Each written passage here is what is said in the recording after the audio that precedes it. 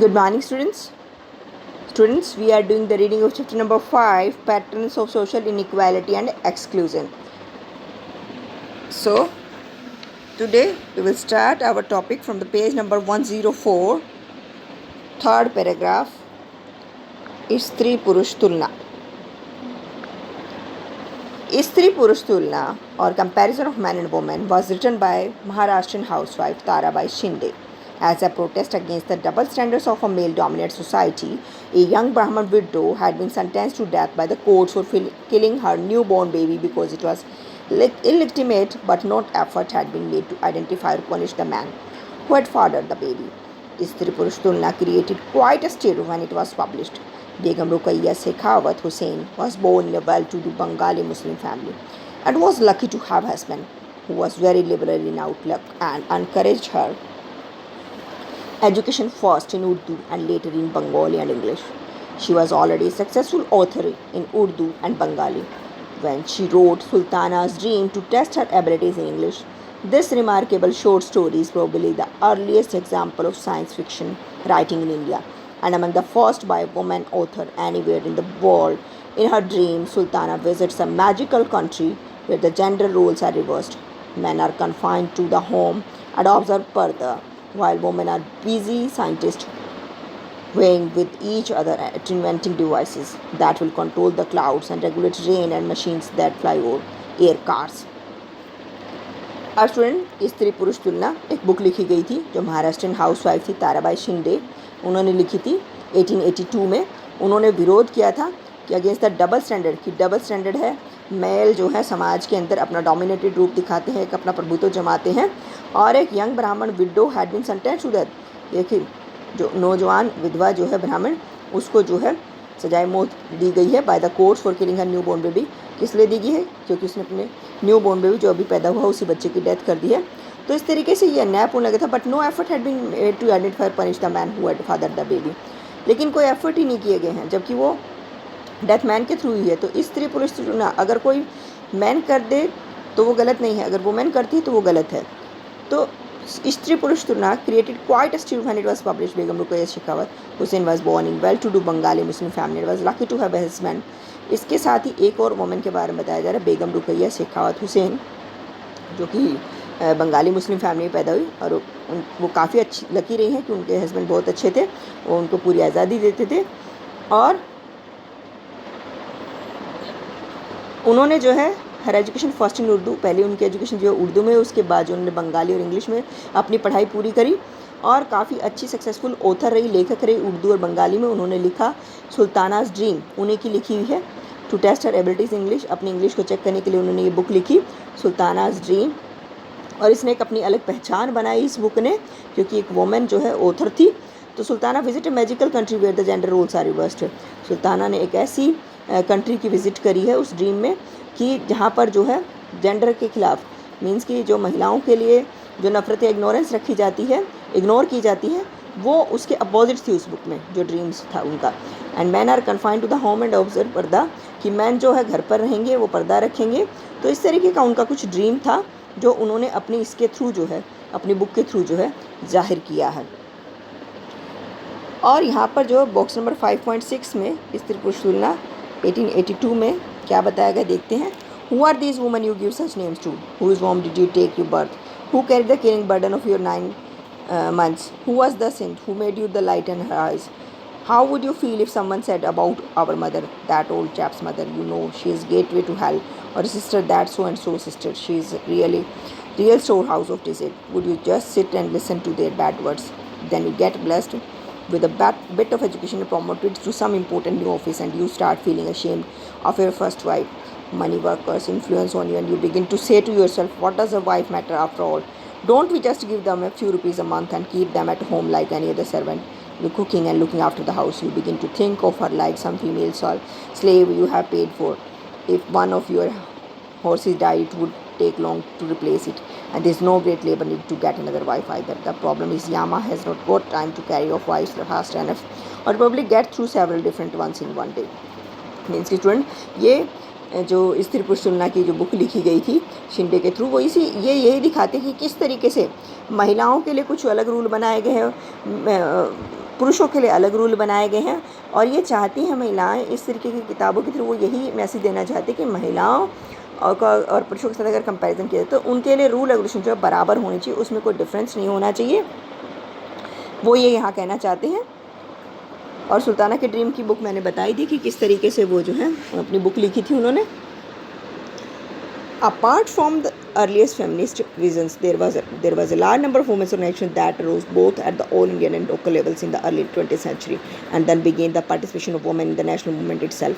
Not surprisingly, women's rights were part and parcel of the nationalist reason. In 1931, the Karachi session of the Indian National Congress issued a declaration of the fundamental rights of citizenship in India, whereby it committed itself to women's equality. The declaration reads as follows. अब ठीक है, काफ़ी सारी feminist vision means कि जहाँ पर female चाहती हैं उन्होंने भी अपने ऑर्गेनाइजेशन बनाए, वो भी अपना संगठन बनाने लगी। जब उनको जो है 19th सेंचुरी में इतने सारे समाज सुधारकों ने मोटिवेट किया तो 20th सेंचुरी से पहले जो वुमेन काफ़ी जागरूक हो चुकी थी, वो भी पार्ट करने लगी थी राष्ट्रीय स्तर के आंदोलनों में भी। और ये कोई सरप्राइजिंग बात नहीं थी, अगर कोई महिला अपने अधिकारों के लिए जागरूक हो जाती तो वो अच्छी बात है। तो 1931 में कराची सेशन में इंडियन नेशनल कांग्रेस ने इशूड किया declaration of the fundamental rights in India, कि मौलिक अधिकारों से भारत के नागरिकों के लिए, whereby it committed self to women's equality, जहाँ पर उन्होंने महिलाओं के अधिकारों की बात करी थी, समानता की।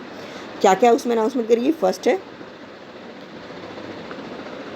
है all citizens are equal before the law irrespective of religion, caste, creed और सेक्स, कि जितने भी भारत के नागरिक हैं उनके लिए वो सभी समान हैं, चाहे वो कानून की नज़र में क्यों ना हो, धर्म की नज़र में हो, जाति हो, वर्ग हो, कोई भी लिंग बिलोंग की ना करते हो, लेकिन सभी नागरिक जो हैं समान हैं, उनमें कोई भेदभाव नहीं किया जा सकता।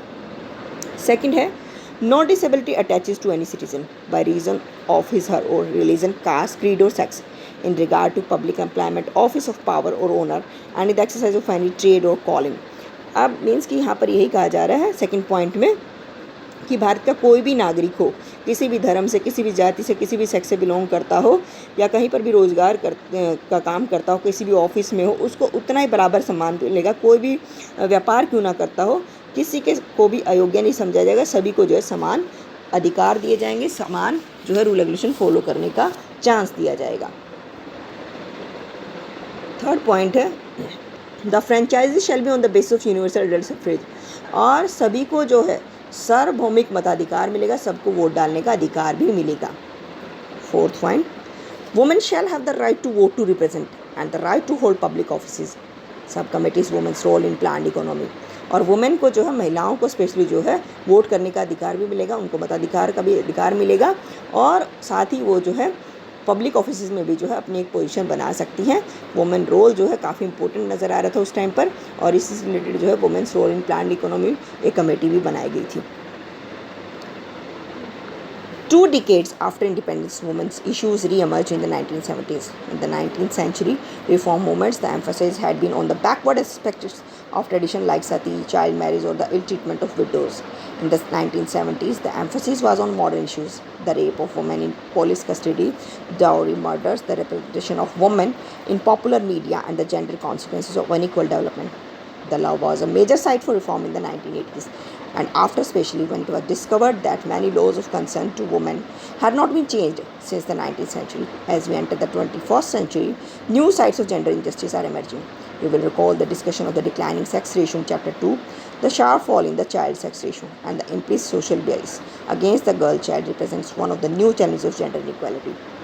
अगर हम स्टूडेंट भारत के आज़ाद होने के बाद महिलाओं के मुद्दों को लेकर के देखें तो भारत जो है काफ़ी उभर करके सामने आ रहा था, कुछ बदलाव आ रहे थे, भारत में भी कुछ चेंजेस आ रहे थे। 19th सेंचुरी में काफ़ी सारे आंदोलन चलाए गए, जो महिलाएं पिछड़ी हुई थी उनको भी आगे लाने की कोशिश करी, जो परंपरा पहले से बनी हुई आ रही थी, चाहे वो सती प्रथा हो या बाल विवाह हो या महिलाओं के साथ बुरा व्यवहार किया जा रहा हो या विधवाओं के साथ बुरा व्यवहार किया जा रहा हो, उसको दूर करने की कोशिश करेगी।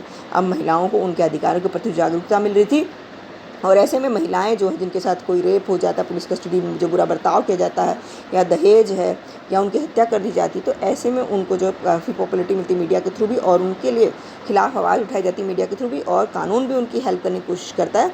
तो नए नए कानून भी बनाए गए 19th सेंचुरी में, और 21st सेंचुरी में तो जो है महिलाओं के लिए जो है अगर कोई महिला के साथ अन्याय होता है तो उसको अन्याय को भी दूर करने की अपनी वो बात रख सकती है कोर्ट में जा कर के भी, और इस तरीके से जो महिलाओं महिला बच्चों को जो है जन्म के साथ ही मार देता था, वो जेंडर इनइक्वालिटी भी जो थी वो भी समाप्त हो गई है, उसमें भी अब चेंज आ गया। स्टूडेंट आप देखते होंगे अब अगर किसी फैमिली में कोई गर्ल चाइल्ड पैदा होता है तो उसके लिए पहले जैसी धारणा नहीं है, अब बदल चुका है समाज। अब कोशिश करी जाती है वो बेबी चाहे गर्ल हो या बॉय हो, दोनों को ही समान अधिकार देने की। Social change, whether on women's rights or any other issue, is never a battle won once and for all. As with other social issue, the struggle is long, and the women's movement in India will have to fight to defend her own rights as well as take up new issues as they emerge. अब समाज में student मैंने बताया कि जैसे कि काफ़ी समाज में परिवर्तन आ रहे हैं, महिलाओं को उनके अधिकार मिल रहे हैं। Any other issue is never a battle वोन वंस। कोई भी इशू हुआ महिलाओं के अधिकार का ही नहीं, कोई भी अगर इशू हुआ तो ऐसा नहीं कि उसके प्रति हम जो है कभी जीत नहीं सकते। अगर हम ट्राई करें, कोशिश करें, और हमारा ये संघर्ष जो महिलाओं के लिए जो संघर्ष किया गया तो काफ़ी सक्सेसफुल रहा। भारत में जो आंदोलन चलाए गए थे महिलाओं के अधिकारों के लिए, वो उसमें जो है भारत की महिलाओं को काफ़ी जो है वो उत्साहित भी हुई और अपने अधिकारों के प्रति जागरूक भी हुई, और उसमें जो उनको जीत भी मिली और उनके अधिकार उनको मिले भी। तो इस तरीके से भारत के अंदर जो है महिलाएं आज काफ़ी सुरक्षित हैं और वो हर कदम में जो है पुरुष के कंपैरिजन और भी आगे हैं, चाहे वो एजुकेशन का सेक्टर हो या किसी भी सेक्टर में हो। वुमेन जो है आज आगे मानी गई और एक ये नया मुद्दा है जो भारतीय समाज में महिलाओं को एक अच्छी रिस्पेक्ट देता है, और महिलाओं से ही जो है, महिला हो या पुरुष हो, स्टूडेंट दोनों के ही साथ से ही जो है कोई भी कंट्री के पहले परिवार उनका जो है आगे बढ़ेगा, और इसके साथ साथ जो वो कंट्री की डेवलपमेंट में भी काफ़ी हेल्पफुल होंगे। तो स्टूडेंट आज का टॉपिक हमारा यहीं ख़त्म होता है। I hope you understand. Thank you. Have a good day.